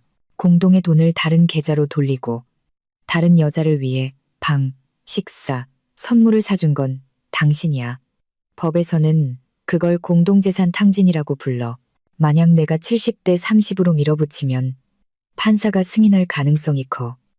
나는 거기까지 요구하지 않아. 60대 40. 그리고 우리는 끝내는 거야. 방은 몇 초간 조용했다. 벽시계가 조용히 똑딱거렸다. 그는 서류를 덮고 심하게 꾸중들은 어린아이처럼 나를 쳐다봤다. 나 아직 당신 사랑해. 그가 말했다. 그냥 예전 같은 느낌이 아닐 뿐이야. 그랬다면 2년 전에 내 앞에 앉아서 그렇게 말했어야지. 내가 받아쳤다. 예비 아파트를 숨겨두고 다른 사람을 공항에서 빙빙 돌게 만드는 대신에 지금 내가 필요한 건 사랑 고백이 아니야. 내가 필요한 건 모든 선택에는 대가가 따른다는 걸 당신이 이해하는 거야. 그는 천천히 고개를 끄덕이더니 속삭였다. 이제 내가 뭘 해야 하지? 꼼꼼히 읽고 당신 변호사와 상담하고 공식적인 경로를 통해 답해. 내가 말했다. 오늘 밤 당신은 짐을 싸서 삼성동으로 가. 필요한 것만 챙겨. 내일 내가 집에 없을 때 나머지를 가져갈 준비를 해. 그는 입을 열었다가 다시 닫았다. 부모님께 먼저 인사드려도 될까? 그가 물었다. 당신 버전으로 이야기해. 나는 당신 이야기를 지시하지 않을 거야. 하지만 그분들 앞에서 나를 왜곡하지는 말아줘. 나는 언제든지 바로잡을 충분한 증거를 가지고 있으니까. 그는 다시 고개를 끄덕였다. 이제는 숨을 고르려는 사람처럼 더 빨랐다. 미안해. 그가 마침내 말했다. 미안해. 서연아. 알았어. 내가 말했다. 가방 챙겨. 그는 위층으로 올라갔다. 나는 거실에 남아 잔 하나에 레드 와인을 따랐다. 이제 내 손은 떨리지 않았다. 2층에서 옷장 문이 열리는 소리, 캐리어 바퀴가 구르는 소리가 들렸고 작은 도시가 아래층으로 내려왔다. 15분이 5년처럼 느껴졌다. 그가 마지막 계단을 밟았을 때 그의 얼굴은 오늘 오후보다 더 늙어 보였다. 그는 문 근처에 캐리어를 놓고 주변을 둘러보았다. 크림색 소파, 책장, 이제는 그저 물건이 되어버린 우리 결혼사진 액자. 변호사를 통해 연락할게. 그가 말했다. 좋아. 그는 잠시 망설였다. 정말 원하지 않아? 아니, 내가 말을 끊었다. 가. 이 과정에서 예의를 지켜줘. 그게 우리가 더 이상 상처 없이 이 책을 덮을 수 있는 유일한 방법이야. 그가 고개를 끄덕였다. 문이 열렸다. 젖은 풀냄새를 실은 밤 공기가 들어왔다. 문이 다시 닫혔다. 갓 세탁한 담요처럼 정적이 내려앉았다. 나는 잠시 제자리에 서서 가슴 속에 작은 떨림이 서서히 사라지는 것을 들었다. 그때 휴대폰이 울렸다. 홍지원 변호사에게서 온 메시지였다. 서류 전달, 오후 6시 22분 확인. 팀은 상대방의 응답을 기다릴 준비 완료. 기분은 어때? 나는 타자를 쳤다. 평온해요. 그는 떠났어요. 답장이 왔다. 좋습니다. 다음 장을 시작하죠. 나는 마시지 않은 와인잔을 바라보며 앉았다. 부엌은 아직 따뜻했다. 닭고기 냄새가 은은하게 퍼졌다. 나는 접시를 가져와 한 조각을 옮겨 담고 식탁에 앉았다. 몇 주 만에 처음으로 음식 맛이 다시 느껴졌다. 짜고, 달고, 고소하고, 따뜻했다. 밖에서는 차량 지나가는 소리가 결코 완전히 멈추지 않는 강물처럼 들렸다. 안에서 나는 한 가지 단순한 것을 알았다. 오늘 밤 나는 단지 문을 닫은 것이 아니었다. 나는 오래된 무대를 닫고 불필요한 조명을 끄고 처음부터 끝까지 내가 직접 꾸밀 새로운 무대로 향하는 열쇠를 돌렸다. 2024년 9월 13일 금요일 오전 9시 홍지원 변호사에게서 메시지가 왔다. 남편 측 변호인 이범석 변호사가 연락해 왔습니다. 다음 주에 만날 준비가 되었다고 합니다. 9월 20일 금요일 오전 10시 중립적인 장소에서 나는 짧게 답했다. 동의합니다. 서류를 보낸 후의 날들은 길고 조용하고 밝으며 인내를 요구하는 하얀 복도처럼 느껴졌다. 나는 빛의 기획 사무실에서 평소처럼 일하며 갈라에 남은 보고서를 마무리하고 공급업체 청구서를 확인하고 모든 고객 대금이 회사 명의의 새 계좌로 들어오는지 확인했다. 가끔 누군가에게 전화해서 이야기하고 싶은 충동이 일었다. 그럴 때마다 나는 박은경 변호사의 말을 기억했다. 누설하지 마세요. 나는 물속에서 숨을 참는 것처럼 자신을 억눌렀다. 가능했다. 다음 금요일 나는 강남의 한 공유 오피스 회의실에 일찍 도착했다. 그 방은 조용했고 벽은 하얗고 긴 나무 테이블과 중앙에 물주전자가 놓여 있었다. 홍 변호사가 내 옆에 앉았다. 2개의 서류철을 들고 단정한 모습이었다. 진우가 안경 쓴 남자와 함께 들어왔다. 이범석 변호사였다. 진우의 얼굴은 피곤했다. 눈 밑에는 다크서클이 있었고 넥타이는 살짝 비뚤어져 있었다. 우리는 미소 없이 서로 고개를 끄덕였다. 이범석 변호사가 격식 있는 톤으로 대화를 시작했다. 저희의 목표는 같습니다. 소란 없이 해결하는 것입니다. 홍 변호사는 즉시 지도를 펼쳤다. 제 의뢰인의 요청 개요는 서류에 있습니다. 공동재산 분할은 이서연 씨 60%, 박진우 씨 40%, 혼의 관계에 사용된 자금 이야기, 500만 원은 박진우 씨 몫에서 전액 배상. 이서연 씨는 이혼 후 위자료를 요구하지 않습니다. 각자 변호사 비용은 각자 부담합니다. 이범석 변호사는 메모를 보았다. 저희 의뢰인은 빠른 해결을 원하지만 그 숫자는 저희에게 무겁게 느껴집니다. 저희의 제안은 이서연 씨 55%, 박진우 씨 45%로 분할하는 것입니다. 자금 배상이 500만 원은 2년간 월별 분할 상환하는 방식으로 하겠습니다. 나는 홍 변호사를 돌아보았다. 그녀가 원한다면 말하라는 신호로 천천히 고개를 끄덕였다. 나는 숨을 들이마셨다. 55대 45는 받아들일 수 있습니다. 단, 불륜이 있었고 그 관계를 위해 공동재산을 탕진했다는 사실을 명시한 문서를 서면으로 작성하고 서명한다는 조건입니다. 모호하거나 회색지대 없이요. 이범석 변호사는 눈썹을 치켜 올렸다. 그 문구는 강합니다. 홍 변호사는 옅게 미소 지었다. 강하지만 사실에 기반합니다. 증거는 완벽합니다. 저희는 그 문구가 합의서에 포함되기를 요청합니다. 대중에게 공표하기 위해서가 아니라 만약 상대방이 언젠가 현실을 잊어버릴 경우를 대비한 명확성을 위해서입니다. 방은 잠시 조용해졌다. 진우는 테이블을 응시했다. 알겠습니다. 그가 나지막이 말했다. 제가 서명하겠습니다. 우리는 세부 사항으로 넘어갔. 청담동 집은 홍 변호사가 말했다. 이서연 씨 소유로 합니다. 그녀가 합의된 비율에 따라 박진우 씨의 지분을 매입하기 위해 재융자를 받을 것입니다. 이범석 변호사가 고개를 끄덕였다. 펀드 및 예금 투자는 효력 발생일 기준으로 비율에 따라 분할합니다. 계속하시죠. 홍 변호사가 말했다. 예금은 기록된 공동부채를 제외한 후 비례적으로 분할합니다. 동의합니다. 차량은 내가 말했다. 벤츠 GLE는 제게, 제네시스는 박진우 씨에게. 둘 다 고개를 끄덕였다. 각오와 추억이 담긴 물건들은요? 이범석 변호사가 물었다. 자세히 따질 필요 없습니다. 나중에 저희끼리 잘 나누겠습니다. 내가 답했다. 나는 사소한 것에 시간을 끌고 싶지 않았다. 우리는 일정을 짰다. 합의서 초안은 월요일에 홍 변호사가 작성, 이범석 변호사에게 발송. 수정사항이 있으면 3일 내에 완료. 서명은 2024년 10월 7일 월요일 홍지원 변호사 사무실에서 하기로 예정. 그 후 합의를 확정받기 위한 신청서의 근거로 서울가정법원에 서류를 제출. 순조롭게 진행되면 10월 말 전에 판결이 선고될 것이다. 모든 것이 업무 일정처럼 들렸다. 아마도 그것이 내가 폭풍을 할 일 목록으로 바꾸며 버티는 방식이었기 때문일 것이다. 회의는 1시간 40분 만에 끝났다. 고성도 책상을 내리치는 일도 없었다. 그저 입에서 종이로 옮겨가는 짧은 문장들 뿐이었다. 일어설 때 진우가 잠시 나를 쳐다봤다. 고마워. 그가 나지막이 말했다. 무엇에 대한 것인지 알 수 없었지만 나는 말없이 고개를 끄덕였다. 그날 밤 나는 혼자 집으로 돌아와 단골 노점에서 파는 닭칼국수를 포장해왔다. 식탁에서 나는 천천히 먹었다. 맛있었다. 짜고 고소하고 단순했다. 나는 배경 소리를 위해 텔레비전을 켰을 뿐 보지는 않았다. 내 휴대폰은 드라마에서 벗어나 조용했다. 홍 변호사에게서 우리가 합의한 요점 초안이 담긴 메시지만 들어왔다.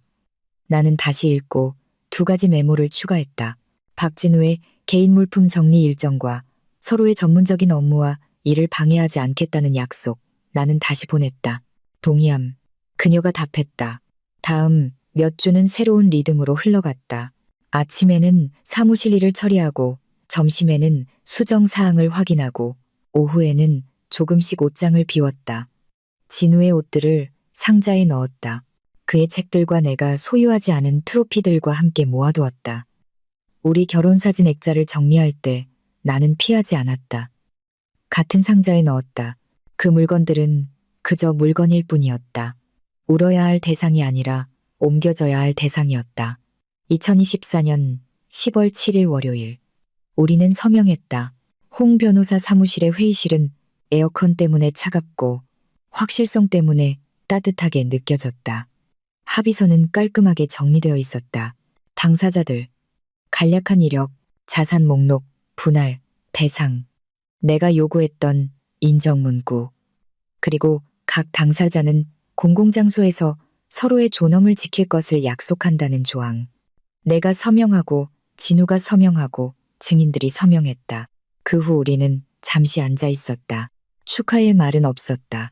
그저 고개를 끄덕이는 머리들 뿐이었다. 서류는 홍 변호사의 직원이 법원으로 가져갔다. 2024년 10월 24일 목요일 재판부가 판결을 선고했다. 작은 법정, 밝은 조명, 얇은 공기, 종이 냄새. 나는 나무 벤치에 앉아 무릎 위에 손을 얹었다. 재판장이 짧게 낭독했다. 당사자들의 합의에 따라 수용하고 허가하며 기록을 명한다. 그 말들은 잔잔한 수면에 작은 돌멩이가 떨어지듯 내려앉았다. 유효함, 법적 효력 발생, 환호도 박수도 없었다. 그저 가벼운 망치, 소리뿐이었다. 그리고 사람들이 자리를 떴다. 나는 몇 미터 떨어진 진우가 앉았던 빈자리를 보며 일어섰다. 우리는 문에서 서로 말을 걸지 않았다.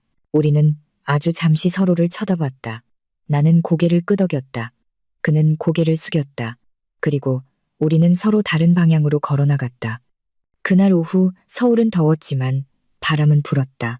나는 법원 맞은편의 작은 커피숍으로 걸어가 설탕 없는 아이스 커피를 주문했다. 테이블에서 나는 이슬 맺힌 옅은 갈색 액체를 바라봤다. 나는 홍 변호사에게 짧은 메시지를 보냈다. 감사합니다. 그녀의 답장은 빨랐다. 끝났습니다. 준비되면 공식 사본을 받아오겠습니다. 푹 쉬세요. 나는 두 손으로 잔을 잡고 차가움이 피부에 닿는 것을 느꼈다. 가벼운 느낌이었다. 환희도 슬픔도 아닌 채워질 준비가 된 깨끗한 빈 공간. 그날 오후 집에서 나는 작은 금고를 열고 내가 가져온 임시 판결문 사본을 넣었다. 테이블 위에는 첫 번째 배상금, 이체 증거가 있었다. 이범석 변호사가 합의된 일정에 맞춰 제때 증거를 보내왔다. 나는 사진을 찍어 폴더에 저장했다. 2024년 10월 완료. 그리고 나는 거실을 바라봤다. 늘 있던 그 크림색 소파. 이제 틈이 생긴 책장. 오늘 정적은 다르게 느껴졌다. 더 이상 부재의 표시가 아니라 시작의 표시였다. 휴대폰이 진동했다. 모르는 번호였다. 자랑스럽겠네. 네가 모든 걸 망쳤어. 나는 그 메시지를 쳐다보다가 그대로 두고 삭제를 눌렀다. 보낸 사람이 누구인지 알 필요가 없었다. 방금 깔끔하게 닫은 문을 열어서 얻을 이득은 없었다. 밤이 천천히 내렸다. 나는 밥을 짓고 계란 프라이를 하고 간장을 뿌렸다. 내 저녁 식사는 단순함으로 다채로웠다. 밖에서는 이전에는 느껴보지 못했던 곤충 소리가 음을 뜯고 있었다. 나는 천천히 씹었고 오랜만에 처음으로 정말로 배부르다고 느꼈다. 판결이 선고된 지 며칠 후 나는 예전에 진우의 서재였던 방문가에 섰다. 벽에는 아직 연수 수료증, 수술 사진, 그리고 플라스틱으로 된 척추 모형이 걸려 있었다. 나는 그것들을 하나씩 내리고 신문지로 싸서 그의 이름이 표시된 상자에 정리했다. 그 선반이 비었을 때 공간은 더 넓게 느껴졌다. 크기가 변해서가 아니라 내 숨결이 더 이상 내 것이 아닌 물건에 부딪히지 않았기 때문이다. 나는 빛의 기획 프로젝트의 인테리어를 담당하던 기술자를 불렀다. 우리는 벽을 연한 크림색으로 칠하고 스케치와 재료 샘플을 붙일 큰 코르크보드를 설치하고 조명을 더 따뜻한 것으로 교체했다. 나무 바닥은 부드럽게 샌딩하고 다시 니스칠을 했다. 그 냄새는 마치 이곳이 무언가를 시작할 준비가 되었다는 신호처럼 집안을 가득 채웠다. 나는 긴 작업 책상을 창문과 나란히 놓았다. 그 위에는 고객 파일, 컬러 팔레트, 원단 카탈로그, 그리고 리본, 명함, 그리고 항상 하루를 구해주는 사소한 물건들이 담긴 작은 상자들을 정리했다. 나는 방을 신선하게 유지하기 위해 구석에 산세비에리아 화분을 놓았다. 나는 오래된 사무실 컴퓨터를 창고에 두고 새로운 비밀번호로 보호되는 노트북으로 교체했다. 문에는 작은 명패를 붙였다. 빛의 기획, 기획실. 그 이름이 내 가슴 속에서 부드럽게 울렸다. 단순한 사업이 아니라 내 아이디어가 자라는 집이었다. 11월은 익숙한 리듬을 가져왔다. 아침에는 짧은 회의, 점심에는 현장 방문, 오후에는 공급업체 큐레이팅. 나는 병원 갈라의 회계를 마감하고 모든 관계자에게 공식 감사 인사를 보내고 공급업체 대금이 제때 입금되는지 확인했다. 몇몇 오랜 고객들이 다시 연락해와 연말 행사와 내년 초 결혼식 견적을 요청했다. 나는 업무 흐름을 정리했다. 행정 업무는 위로 올리고 창의력에는 공간을 주었다. 기획실에서 업무 흐름은 더 평온하게 느껴졌다. 아마도 이제 모든 결정이나 자신 외에는 누구와도 협상할 필요가 없었기 때문일 것이다. 어느 날 오후 휴대폰이 울렸다. 이서연 대표님, 서울 라이프스타일 매거진의 모니카 탄입니다. 저희가 서울의 이벤트 산업을 이끄는 여성들에 대한 특집을 준비하고 있습니다. 몇몇 취재원께서 대표님을 추천해 주셨습니다. 인터뷰에 응해 주실 수 있으신가요? 나는 잠시 침묵했다. 그 잡지 이름은 내가 일하던 호텔 로비 테이블에서 자주 보던 것이었다. 네, 가능합니다. 내가 답했다. 언제쯤이요? 다음 주에요. 가능하시다면 대표님 작업 공간도 촬영하고 싶습니다. 나는 막 정리된 방을 돌아보았다. 그러시죠. 인터뷰 날, 모니카는 사진작가와 함께 왔다. 그녀는 빛의 기획의 여정, 가장 힘들었던 행사, 그리고 변덕스러운 고객을 대하는 방법에 대해 물었다. 그녀는 내 사적인 주제를 조심스럽게 건드렸다. 최근 대표님 삶의 변화에 대해 조금 언급해도 될까요? 그녀가 물었다. 적당히요. 내가 답했다. 저는 경계를 재설정하는 법을 배웠습니다. 제 일은 단호함과 진정성 사이에 균형을 요구합니다. 저는 그것을 제 삶에도 적용하고 있습니다. 그녀는 고개를 끄덕이며 메모했다. 사진작가는 나에게 코르크보드 앞에 서서 컬러 팔레트를 들고 그리고 책상 위가 정돈된 채로 의자에 앉아달라고 요청했다. 세션이 끝났을 때 모니카는 내 손을 잡았다. 감사합니다, 대표님. 기사는 다음 달에 나갈 겁니다. 나는 그녀를 현관까지 배웅했다. 바람이 말라버린 꽃 냄새를 실어왔다. 12월. 그 기사는 이서연, 한 번에 하나의 이벤트로 왕국을 건설하다라는 제목으로 실렸다. 메인 사진은 내가 꾸며낸 미소가 아닌 미소를 띤 채 기획실에 서 있는 모습이었다. 기사 내용은 내가 세부 사항을 조율하고 공급업체를 관리하고 위기 속에서 평온을 유지하는 방식에 초점을 맞췄다. 사적인 스캔들은 없었다. 나는 안도했다.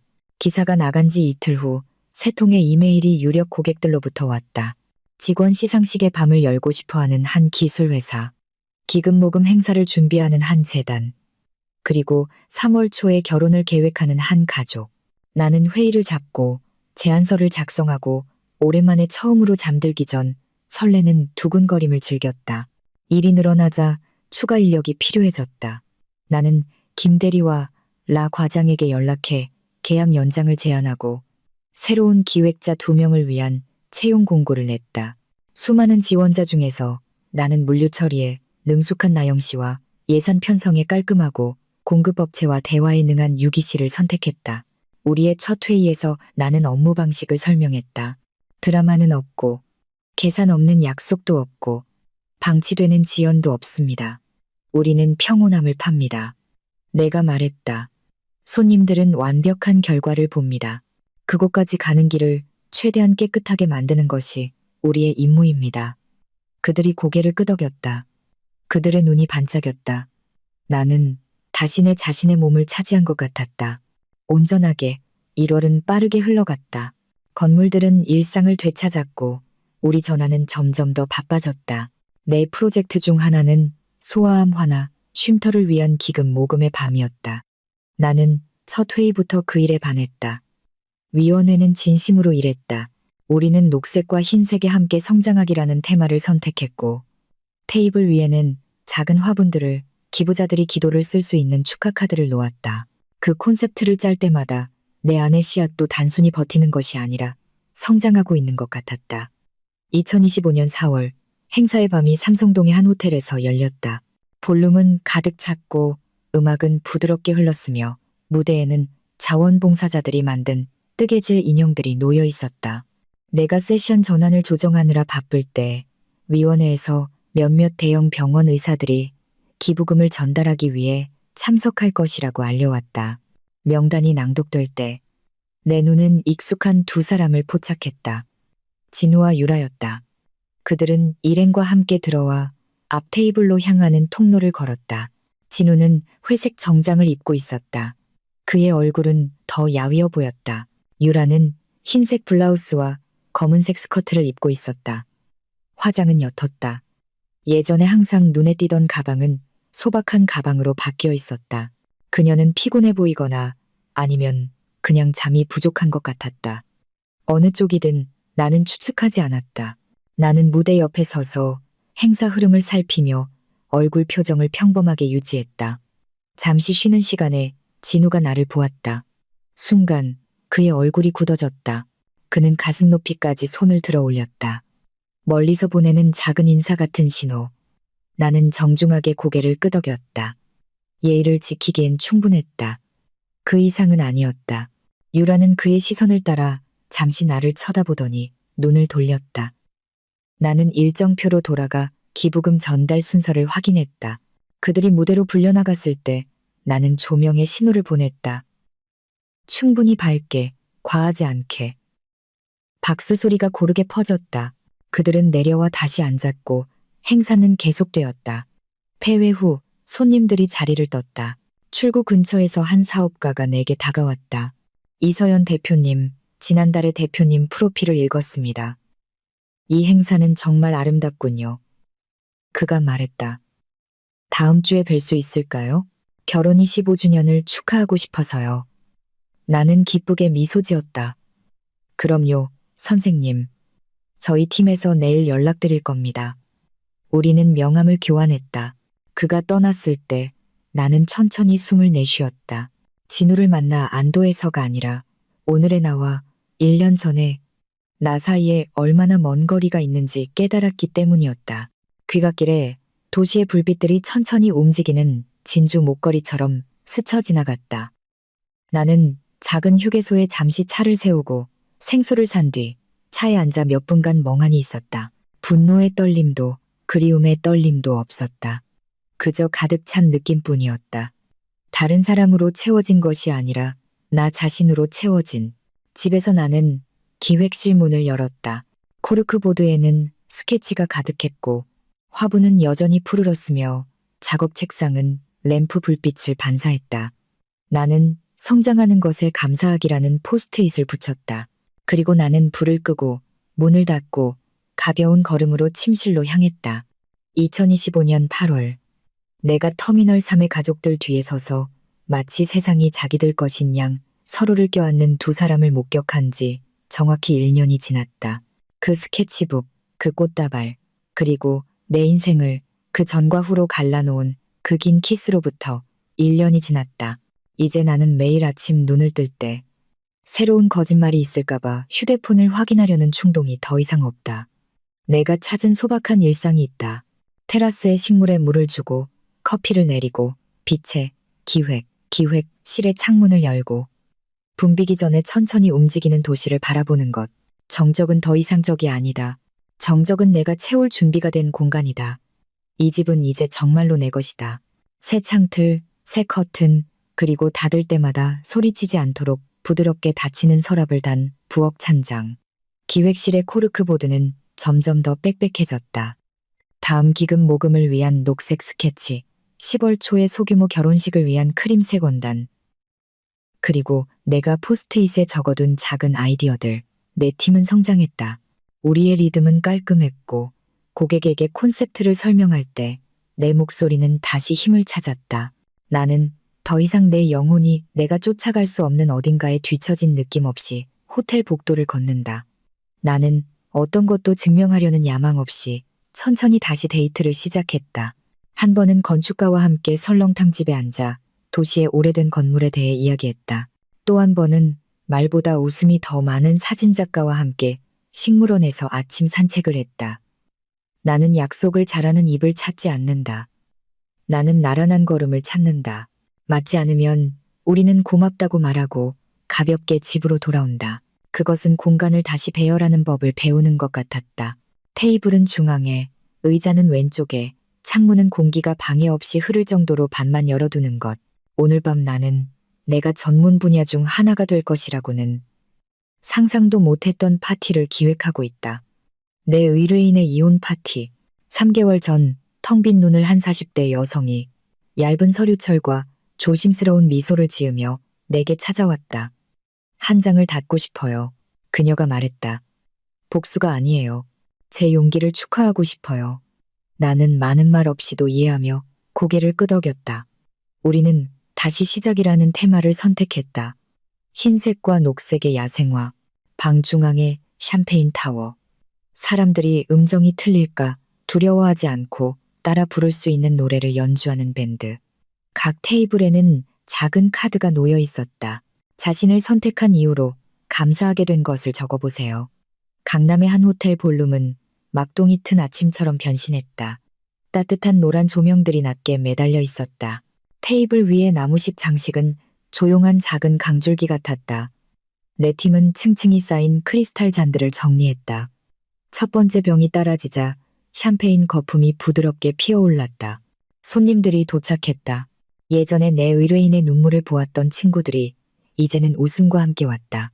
그들은 그녀를 껴안고 축하를 전하고 그녀의 가슴에 손을 얹었다.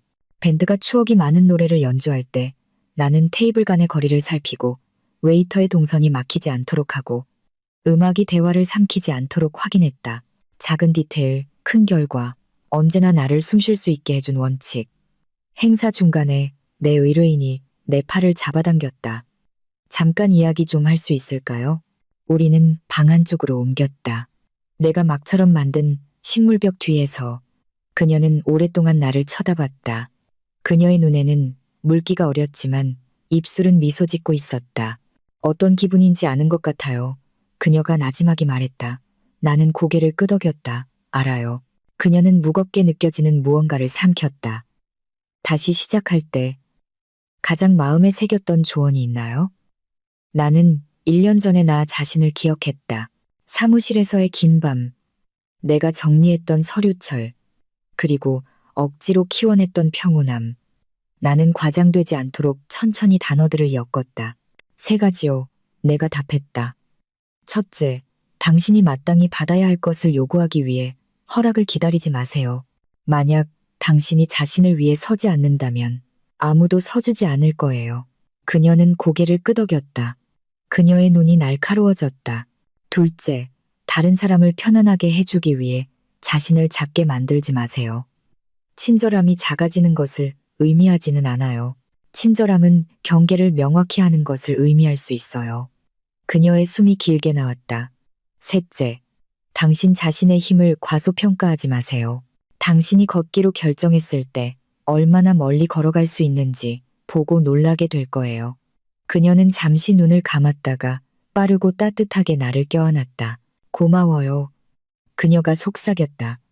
방금 새로운 길에 첫 번째 돌을 놓아주셨어요. 행사는 다시 흘러갔다. 샴페인 타워는 수백 장의 사진 배경이 되었다. 밴드는 방금 자신을 용서한 사람의 귀에는 새롭게 들리는 오래된 노래를 연주했다. 마무리 세션을 위해 조명이 약간 어두워졌을 때 내 의뢰인은 마이크 앞으로 나아갔다. 그녀는 설교하지 않았다. 그녀는 단지 두려움, 의심, 그리고 매일 내디뎠던 작은 걸음에 대해 3분 동안 이야기했다. 저는 제 인생이 끝났다고 생각했어요. 그녀가 말했다. 알고 보니 이제 막 시작이었어요. 손님들은 그녀의 드라마 때문이 아니라 자신의 이름으로 당당히 서 있는 한 사람을 보았기 때문에 박수를 쳤다. 밤은 포옹과 감사함이 가득 적힌 작은 카드들과 서두르지 않고 테이블에 다시 놓인 잔들과 함께 끝났다. 나는 방 뒤편에 서서 막이 내린 후 무대를 바라보는 감독처럼 모든 것을 바라봤다. 더 이상 고칠 필요가 없었다. 이것으로 충분했다. 내 의뢰인이 내게 다가와 내 손을 잡았다. 당신 덕분에 미래가 있다는 걸 느끼게 됐어요. 그녀가 말했다. 어제까지만 해도 텅 빈 것 같았는데 나는 미소 지었다. 미래는 항상 있어요. 가끔은 우리가 아직 사용하지 못한 용기 뒤에 숨어 있을 뿐이죠. 귀갓길에 자동차 라디오에서 오래된 노래가 흘러나왔다. 길은 텅 비었고 신호등은 빨간불이었다. 나는 유리에 비친 내 얼굴의 그림자를 보았다. 다른 사람을 이겼기 때문에 승리한 사람이 아니라 자신을 선택했기 때문에 승리한 사람. 나는 진우를 떠올렸다. 그의 분노도 그의 설명도 아닌 그저 그가 한때 내 옆에 섰다가 다른 길을 선택했다는 사실뿐이었다. 나는 그가 불행해지기를 바라지 않았다.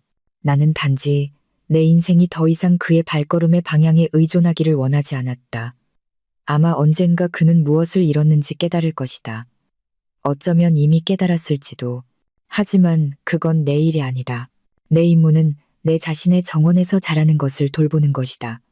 집에 와서 나는 신발을 신발장에 넣고 가방을 걸고 기획실로 들어갔다. 종이와 원단 냄새가 인사처럼 나를 맞았다.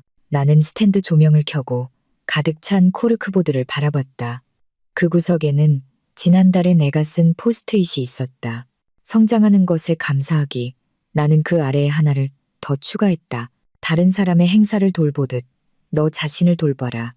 그 문장은 우습게 느껴졌지만 사실이었다.